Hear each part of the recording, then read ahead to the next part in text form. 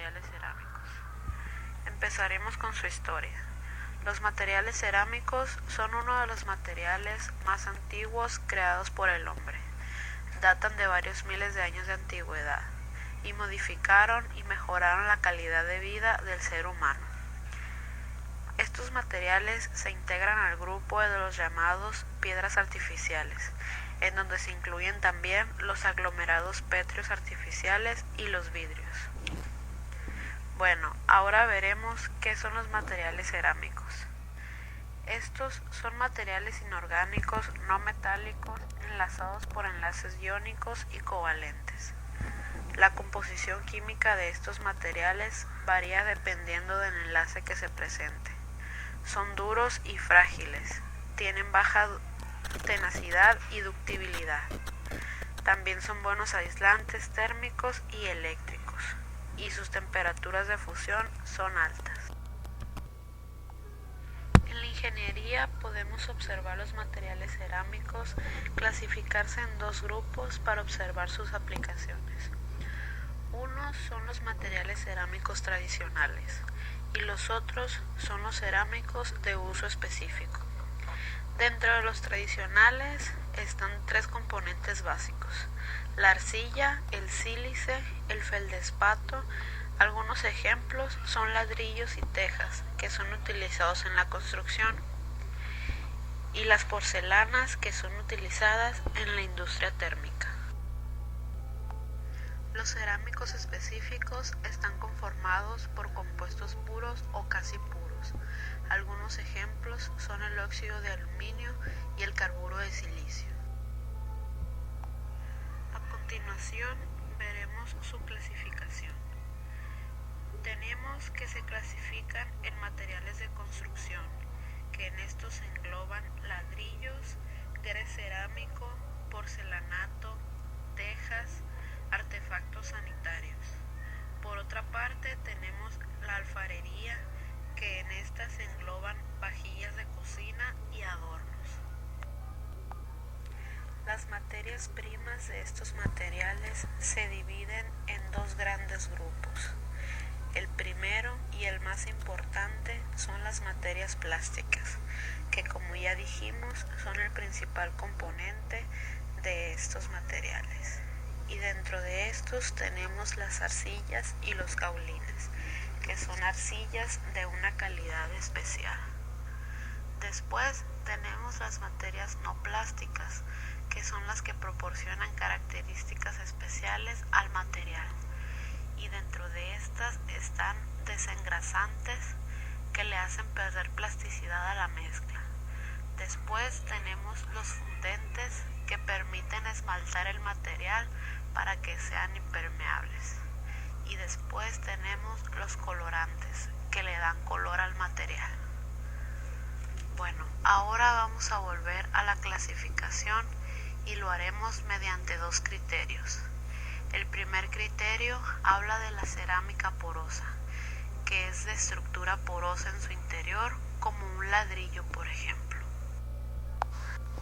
Esa estructura porosa le quita resistencia mecánica y le quita también transmitancia térmica.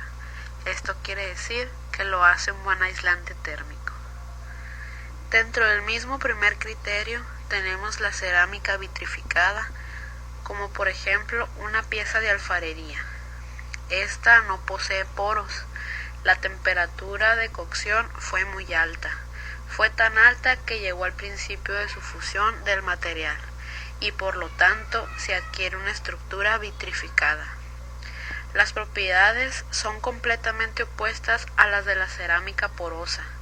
Es un material de una alta resistencia mecánica y de una transmitancia térmica mucho más alta que la cerámica porosa, porque no tiene poros y si los tiene son muy pequeños. El segundo criterio empieza con la cerámica ordinaria, que se hace con tierras arcillosas comunes, como el ladrillo cerámico. Esta contiene óxido de hierro, que es el que le da ese color rojizo que lo caracteriza. Es porosa, de resistencia mecánica variable y de dureza mecánica baja. El grés cerámico está también dentro del segundo criterio. Ejemplos de este son los pisos y los revestimientos. Es de estructura vitrificada, es resistente a las cargas y a la abrasión y es resistente a agresiones químicas. Puede haber colores muy variados si se utilizan colorantes. Tenemos también un tercer grupo dentro de este segundo criterio, que es la loza. Esta es originalmente de color blanco. Está hecha con materia prima clasificada. Tiene alta temperatura de cocción y se le pueden aplicar colorantes. El cuarto y último grupo dentro de este segundo criterio es la porcelana. Esta es utilizada generalmente para vajillas y para ser fabricada requiere de materiales seleccionados. Es también de estructura vitrificada. Vamos a ver lo que es el proceso de fabricación de los materiales cerámicos. Tenemos en primer lugar la extracción. Las canteras de arcilla, también llamadas barreros, suelen estar cerca de las fábricas. Son explotaciones a cielo abierto y la extracción se realiza por medios mecánicos. Es necesario quitar una capa del material no apto para la fabricación de ladrillos. En segundo lugar tenemos la preparación de la pasta.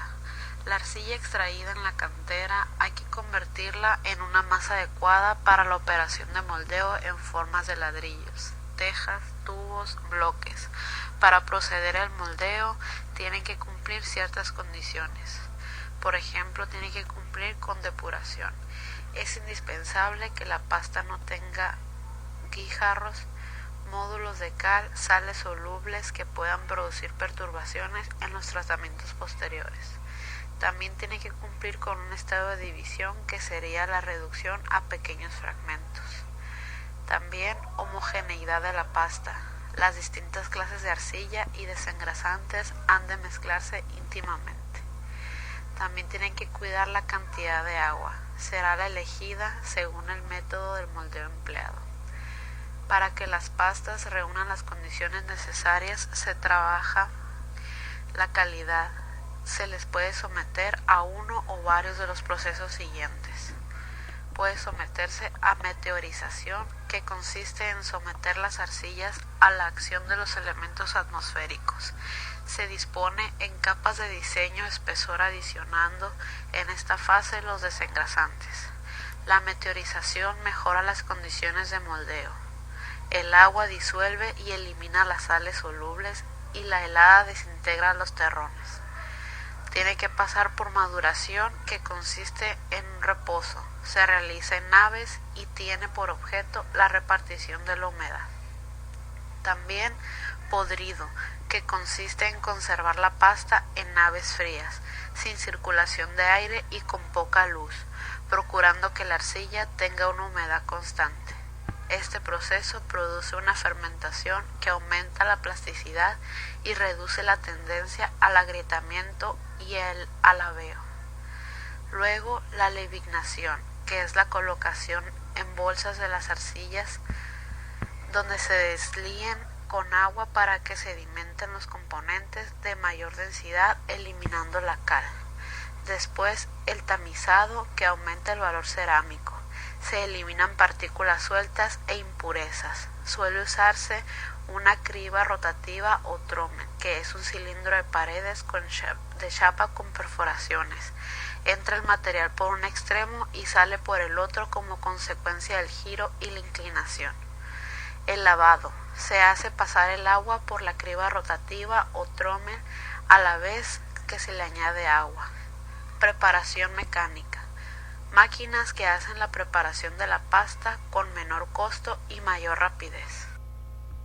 Después tenemos el mezclado y amasado, que este consiste en conseguir una perfecta homogeneización de la materia prima, es decir, de las diversas arcillas que se vayan a utilizar, de estas con los desengrasantes y de todos estos elementos sólidos con el agua.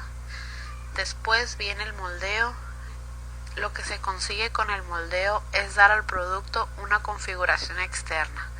El moldeo tiene repercusión en los procesos subsiguientes, por lo que debe cuidarse y controlar su corrección. El moldeo se puede utilizar de diferentes maneras y se puede realizar, puede ser moldeo a mano, que este es un método rudimentario útil para producciones a pequeña escala o periódica.